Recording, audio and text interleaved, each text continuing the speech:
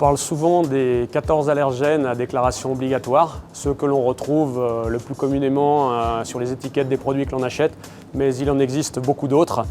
Selon le Centre suisse d'allergie, les adultes sont plus souvent allergiques aux noix, aux noisettes, kiwis, pommes et céleri. Les enfants, eux, réagissent beaucoup plus au lait de vache, aux œufs de poule, aux arachides et aux noisettes. L'hérédité joue un rôle important puisque 60% des enfants qui ont 2 parents allergiques ont une chance en effet de développer une allergie alimentaire. Mais l'augmentation importante depuis ces dernières années du nombre de personnes allergiques ne peut pas être expliquée seulement par l'hérédité. D'autres causes sont certainement incriminées. Beaucoup d'études sont en cours pour pouvoir y répondre. En tout cas, pour nous, restaurateurs, il est clair que les jeunes populations sont la catégorie de clientèle sur laquelle nous devons être particulièrement vigilants puisque ce sont eux qui développent le plus d'allergies et d'intolérances alimentaires.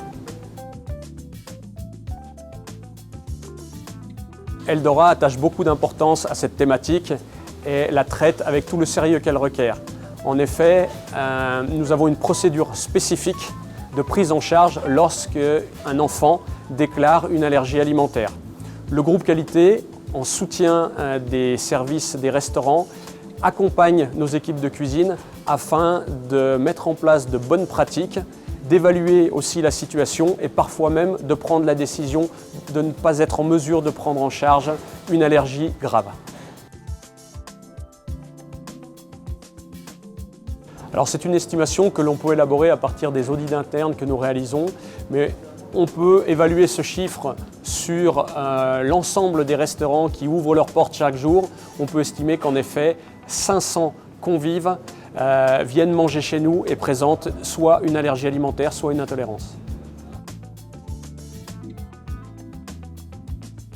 Les risques sont très importants puisqu'on peut aller de la simple démangeaison au décès.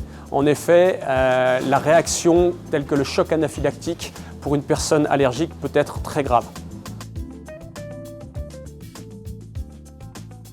De multiples bonnes pratiques sont mises en œuvre pour la préparation de ces plats. Tout commence par l'élaboration des menus, puisqu'on peut en effet prévoir des plats de substitution excluant certains allergènes. Ensuite, il y a l'achat de produits spécifiques, mais également, lors de la préparation, de bonnes pratiques des cuisiniers permettant d'éviter tout risque de contamination croisée, que ce soit par les matériels ou par les ustensiles.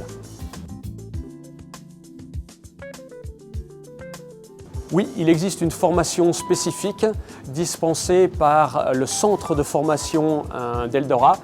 Une intervenante venant du CHUV, Esther Gay, donne ce cours spécialisé justement sur les allergies et les intolérances alimentaires.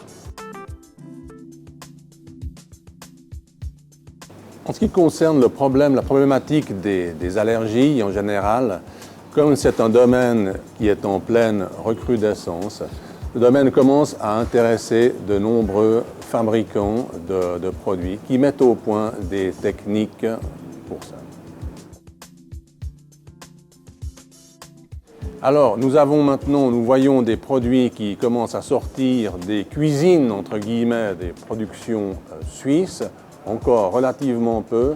Certains pays de l'Union européenne qui sont à côté seraient peut-être un peu plus avancés. Je pense par exemple à la France qui a plusieurs fabricants de ce style de produits sur le marché déjà aujourd'hui.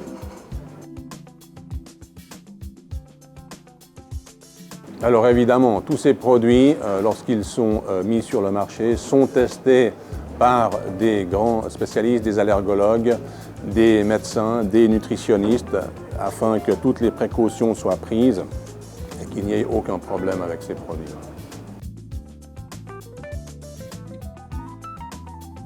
Alors, Eldora est dans une démarche actuellement de recherche dans ce domaine des produits. Nous avons déjà quelques solutions, mais nous sommes encore en train d'étudier des pistes spécifiques de manière à pouvoir vraiment répondre à cette demande qui est une demande très particulière, somme toute. Alors, le réel avantage est de pouvoir répondre favorablement à une demande d'un client. Aujourd'hui, Peut-être que le client qui est allergique se présente dans un restaurant et ne peut pas manger, ne peut pas déjeuner, tout simplement parce qu'il n'y a pas de produit adapté à sa pathologie. Avec ceci, nous remédions à cette question. Alors, il y a certains produits, par définition, qui sont sans allergènes ou des gammes de produits. Il y a deux grandes familles. Ce sont les produits qui contiennent du gluten et les produits qui contiennent de la lactose. Et là, tous les fabricants proposent aujourd'hui des produits qui sont exempts de ces deux substances.